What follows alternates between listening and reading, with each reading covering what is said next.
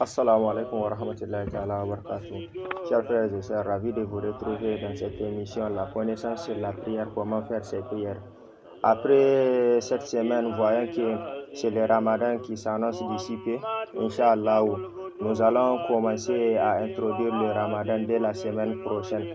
Et si vous avez des difficultés ou des questions concernant le jeûne du mois de Ramadan, n'hésitez pas à me les poser. Concernant notre chapitre d'aujourd'hui, il est intitulé Les obligations de l'ablution. Voyant que je veux qu'on commence à introduire le Ramadan concernant ses obligations, c'est qu'on veut que celui qui fait le jeûne du mois de Ramadan, pour qu'on puisse débuter dès la semaine prochaine. Aujourd'hui, j'ai mélangé 3 chapitres, c'est-à-dire les obligations de l'ablution, c'est sunnah et c'est mustahab. Concernant les obligations de l'ablution, ils sont au nombre de 8. Babun faraidun udu'i wa ma faraidun udu'i fasamaniyatu awwaluha aniyatu, c'est-à-dire la première des obligations de l'ablution, c'est l'intention, et mettre l'intention de vouloir faire l'ablution, comme le dit le prophète Mohammed sallallahu alayhi wa sallam, innamal a'malu binniyat.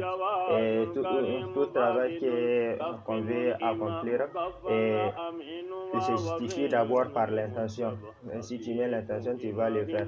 Et ensuite, en deuxième position, avoir de l'eau propre, c'est-à-dire un eau qui coule. Et cette eau, que ce soit de la pluie ou bien de l'eau souterraine, et c'est de l'eau propre, on peut faire ses ablutions avec. Et en troisième position, laver son visage en entier, c'est-à-dire de ton front et jusqu'à ton menton en touchant au passage la frontière de tes 2 oreilles. En quatrième position, laver son avant-bras du poignet jusqu'à son coude. En cinquième position, frotter sa tête avec les 2 mains, de l'avant en allant en arrière. Et en sixième position, laver ses 2 pieds jusqu'au mollet. Et en septième position, c'est précipiter en faisant l'ablution. Il ne faut pas qu'avant de finir l'ablution, d'autres parties déjà lavées, qu'il séchent. Et en huitième position, et que toi-même tu sois propre, c'est-à-dire qu'il n'y a pas de sang sur toi ou quelque chose du genre, ou que toute chose qui peut t'obliger à faire la grande ablution, s'il est sur toi et que tu n'as pas fait la grande ablution, il ne faut pas que tu viennes faire l'ablution, parce que l'ablution ne peut pas te la lever. Ce qui peut la lever, c'est le tayammum, c'est-à-dire l'ablution qu'on fait avec le sable. Et pour les obligations, ils sont au nombre de 8 et les voici, on les a cités. Et concernant les sunnahs, c'est-à-dire ce que le prophète Mohammed a introduit, parce que si on dit obligation, c'est venant de Dieu. Si on dit sunnah, c'est venant du prophète Mohammed sallallahu alayhi wa sallam. Et en première position, c'est laver ses 2 mains. Laver ses 2 mains du poignet jusqu'au doigt. Avant même de mettre ta main dans ton jarre, c'est-à-dire la vase contenant ton eau avec laquelle tu veux faire l'ablution, avant même de mettre ta main dans l'eau, il faut que tu le laves d'abord. Et ça concerne les villages ou bien avant qu'il n'y ait de bouilloire ou bien les pompes pour faire les ablutions. Bref, en deuxième position, laver sa bouche, mettre de l'eau dans sa bouche et le recracher et mettre son doigt pour brosser. En troisième position, le rinçage du nez avec de l'eau. Tu mets un peu de l'eau dans ton nez et puis tu recraches. Et en quatrième position, l'évacuage de cette eau du nez. En cinquième position, frotter sa tête de l'arrière en avant. Et dans les obligations, on a dit le fait de le frotter du devant en arrière, c'est obligé.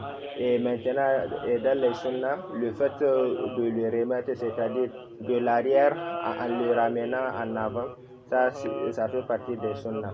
Et en sixième position, nettoyer ses oreilles avec l'eau et ses mains, c'est-à-dire mettre de l'eau à tes doigts et puis rincer tes oreilles. Et en septième position, le fait de changer l'eau entre le frottage de ta tête et le nettoyage de tes oreilles.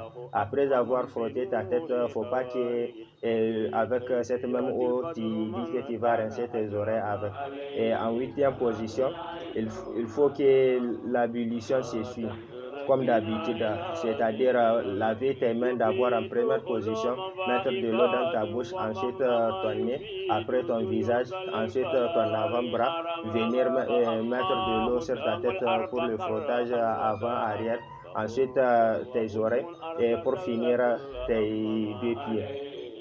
Et pour les sunnahs, ils sont au nombre de 8 et les voilà.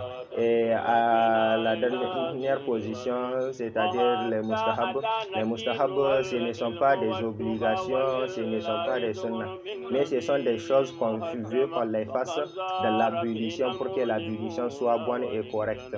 C'est-à-dire en première position, un emplacement propre. Il ne faut pas que tu dis que non, c'est juste l'ablution, tu vas aller t'asseoir entre des déchets ou bien dans un endroit sale pour faire ton ablution. Il se peut qu'avant même de sortir de ces déchets-là, un déchet te colle sur le pied ou quelque chose du genre.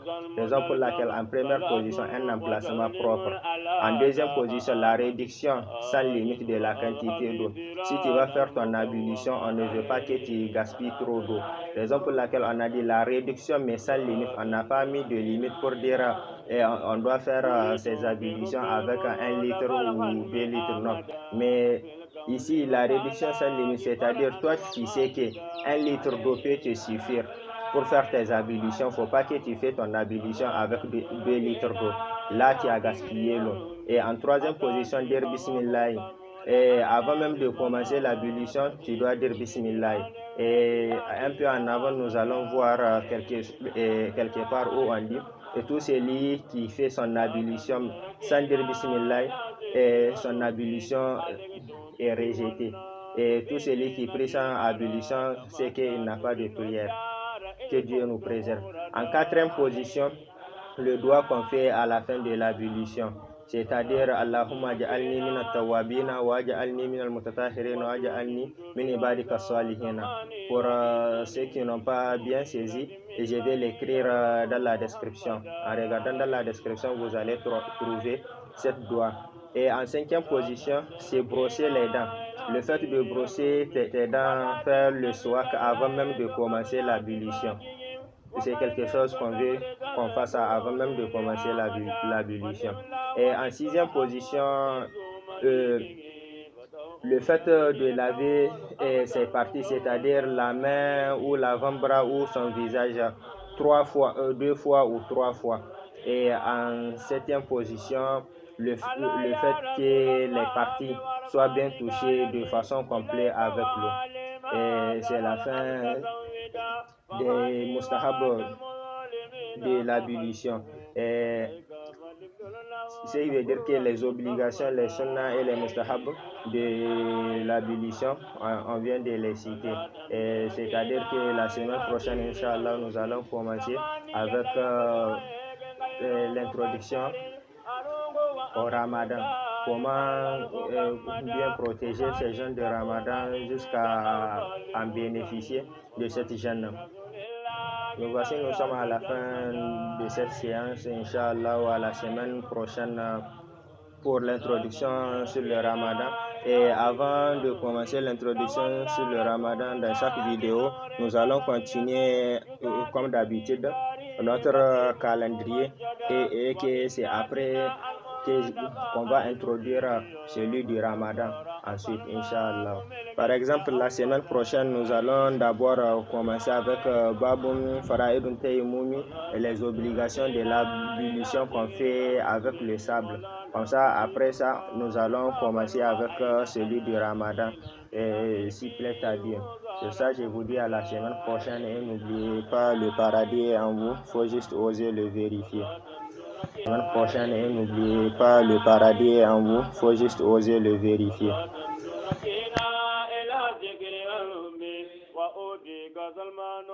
بزوج حبيبنا فلا تدنك له ملات مجلدا عليه صلاة الله ثم سلامه صلاة تركنا إلى ذكر الرب لأن الذي للأنبياء من حوارك